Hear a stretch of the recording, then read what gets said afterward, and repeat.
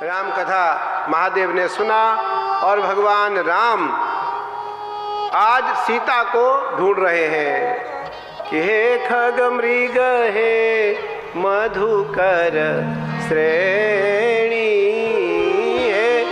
हे खग हे मृग मधुकर श्रेणी, हे खग हे मृग मधुकर श्रेणी, हे खग हे मृग मधुकर श्रेणी, हे खग हे मृग मधुकर श्रेणी। ओ तुम देखी सीता मृग नैनी, तुम देखी सीता मृग, खंजन सुत कपोत मृग मीना, खंजन सुत कपोत मृग मीना, मधुप निकर कोकिला प्रवीणा, मधुप निकर कोकिला प्रवीणा, हे खग मृग हे मधुकर श्रेणी, हे खग मृग हे मधुकर श्रेणी।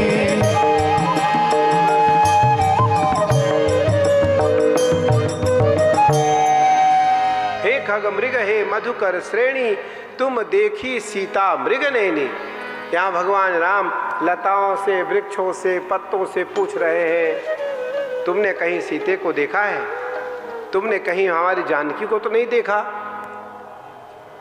इधर भगवान शिव माँ उमा के साथ, माँ सती के साथ कैलाश जा रहे हैं। मन ही मन प्रणाम शिव कीन्हा। भगवान शिव ने मन ही मन राम को प्रणाम किया और प्रसन्न हो गए। भगवती सती पूछती हैं, महादेव आज आप इतने प्रसन्न कैसे हैं, क्या हुआ? तो भगवान शिव ने कहा, हे उमा, मेरे आराध्य भगवान राम मुझको दिख गए। तो मैया क्या कहती है, हे महादेव, ये वो राम नहीं है जो आपके आराध्य हैं, ये वो राम नहीं है जो आपके हृदय में निवास करते हैं, ये वो राम नहीं है जिनकी पूजा आप करते हैं, ये तो वनवासी राम है, ये सीता को ढूंढ रहे हैं, ये अयोध्या के राम हैं। भगवान शिव ने फिर कहा, हे उमा, संदेह न करो, संदेह न करो।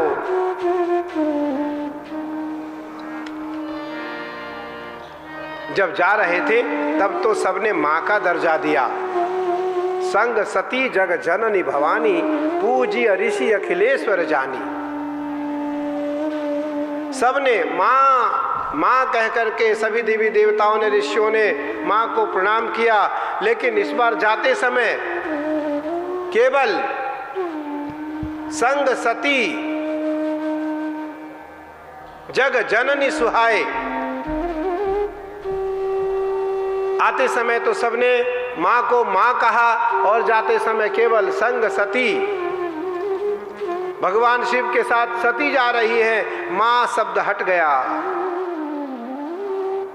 माँ शब्द का संबोधन हटा। क्यों हटा? संदेह के कारण।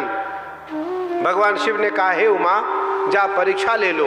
अगर तुम्हें विश्वास नहीं है तो जा ही परीक्षा ले हो गुसाई, जाओ परीक्षा ले लो। तब तक मैं थोड़ा ध्यान करके, मैं ध्यान में परमात्मा भगवान राम का चिंतन कर लेता हूँ। भगवान शिव बट वृक्ष के नीचे बैठे ध्यान में चले गए। इधर माँ उमा, माँ सती ने सीता का वेश धारण किया और राम के समीप चली गई। भगवान राम ने दूर से ही प्रणाम किया, हे माँ, आप अकेले वन में भ्रमण कर रही हैं, वृषकेतु भगवान शिव नहीं साथ हैं, भगवान शिव साथ में नहीं है। माँ को बड़ा लज्जा आया और माँ झट से भागी, भगवान शिव के पास आई। भगवान शिव ने पूछा, हे उमा, तुमने परीक्षा ले लिया? माँ बोली कि हाँ हाँ मैं परीक्षा ले ली, मैंने जैसा कहा था वैसा ही निकला, झूठ बोल दी।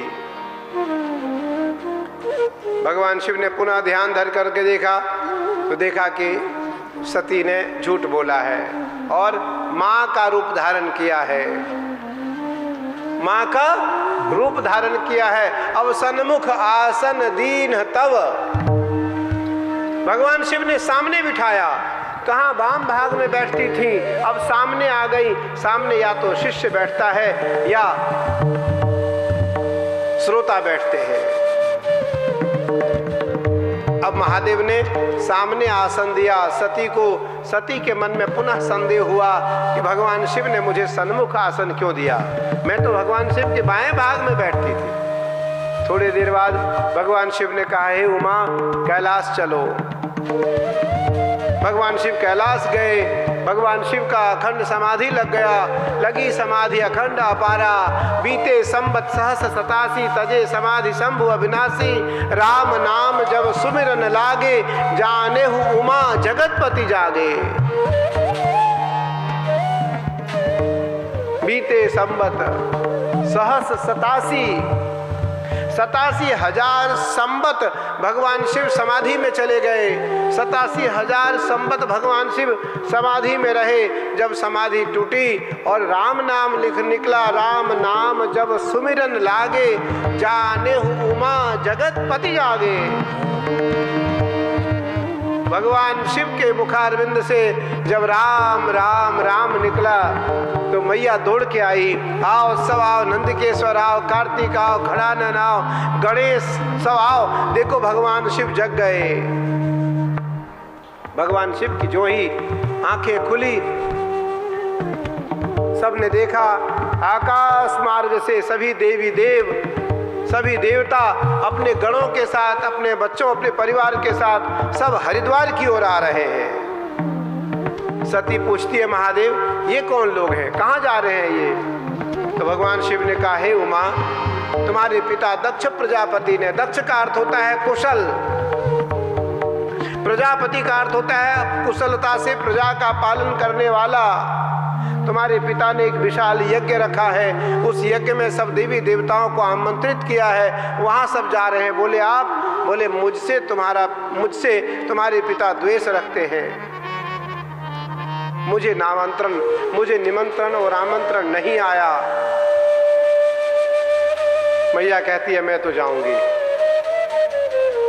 देखो, स्त्रियों को मायका बहुत पसंद है, सब छोड़ सकती हैं वो, क्षमा करना, मायका नहीं छोड़ सकती। भगवान शिव ने मना किया कि बिन बुलाए जात वहां हो उन तो सम्मान। हे सती, बिना बुलाए जा रही हो, तुम्हारा सम्मान नहीं होगा, आप न जाओ। नहीं मानती है। भगवान शिव से माँ कहती है, महादेव आप मेरे पिता के प्रति निरर्थक द्वेष रखते हैं और आप चाहते हैं कि मैं वहां ना जाऊं, पर मैं तो जाऊंगी। महादेव ने देखा कि वो बिल्कुल किसी भी परिस्थिति में मानने को तैयार नहीं है, तो महादेव ने 2 गणों को साथ दिया, जाओ इसे ले करके जाओ और इसका अगर सम्मान न हो तो इसे तुरंत वापस ले आना। यज्ञ में दक्ष प्रजापति यज्ञ करा रहे हैं। यह दक्ष की धर्म पत्नी, दक्ष की सारी पुत्रियां यज्ञ में बैठी हुई हैं। महाराज भृगु आचार्यत्व कर रहे हैं और सती यज्ञ में आती है, दिव्य दरबार से प्रवेश की और सबने परिहास किया। केवल मां ने पूछा, कही भांति शंभुनाथ तुम्हारे महादेव कैसे हैं? दक्ष ने क्या कहा, रे अवघड़दानी, मौलिक जात करत स्मशान बास, भूत भभूत लगावत फिरई। अरे कहीं भभूत लगा करके दिगंबर घूम रहा होगा वो, कहीं भांग पी करके मतवाले की तरह पड़ा होगा, स्मशान में अवघड़ की तरह। भूत और प्रेतनियों के साथ सहचरी के रूप में सेवा करवा रहा होगा। दक्ष प्रजापति की बात सुनकर के मां घबरा गई। मां ने कहा, दक्ष बस, कि सुना हूं दक्ष जिमि भाग्य बस, कौन सौभाग्य सुजान, बिटप सरिता भरी नेह बस, आतप कौन समान। हे पिता दक्ष, बस बस, अब नहीं। महादेव के लिए एक भी शब्द यदि आपने बोला तो अनर्थ हो जाएगा। मैं प्रलय ला दूंगी। महादेव की निंदा सुन करके, हरिहर निंदा सुन ही जे काना, हो ही पाप गौघात समाना। माता पिता गुरु राष्ट्र और भगवान पांच की निंदा सुनने वाला गौवध के समान पाप करता है। हरिहर निंदा सुन ही जे काना, हो ही पाप गौघात समाना। माता पिता गुरु राष्ट्र और भगवान, इन पांच की निंदा सुनने वाला या करने वाला गौघाती है। और आपको पता है गौघात, गौहत्या लगने के बाद क्या करना पड़ता है? चांद्रायण व्रत करना पड़ता है। चांद्रायण व्रत करने वाला व्यक्ति ही गोवध से मुक्ति पा सकता है। और एक चांद्रायण व्रत करने के लिए 33 महीने लगते हैं। 33 महीने का व्रत है। तो इसलिए माता पिता गुरु और राष्ट्र भगवान, ये पांच की निंदा किसी भी परिस्थिति में ना करो, ना सुनो और ना सुनने वाले का समर्थन करो।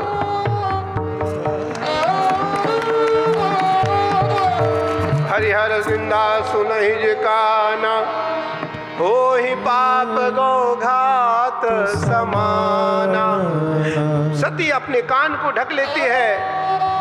बस बस बस।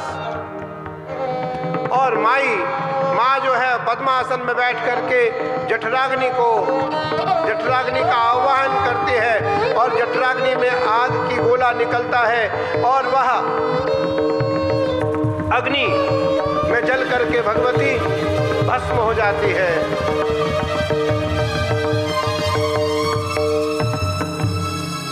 माई जो है अग्नि है, माँ ही अग्नि है, अग्नि ही माँ है।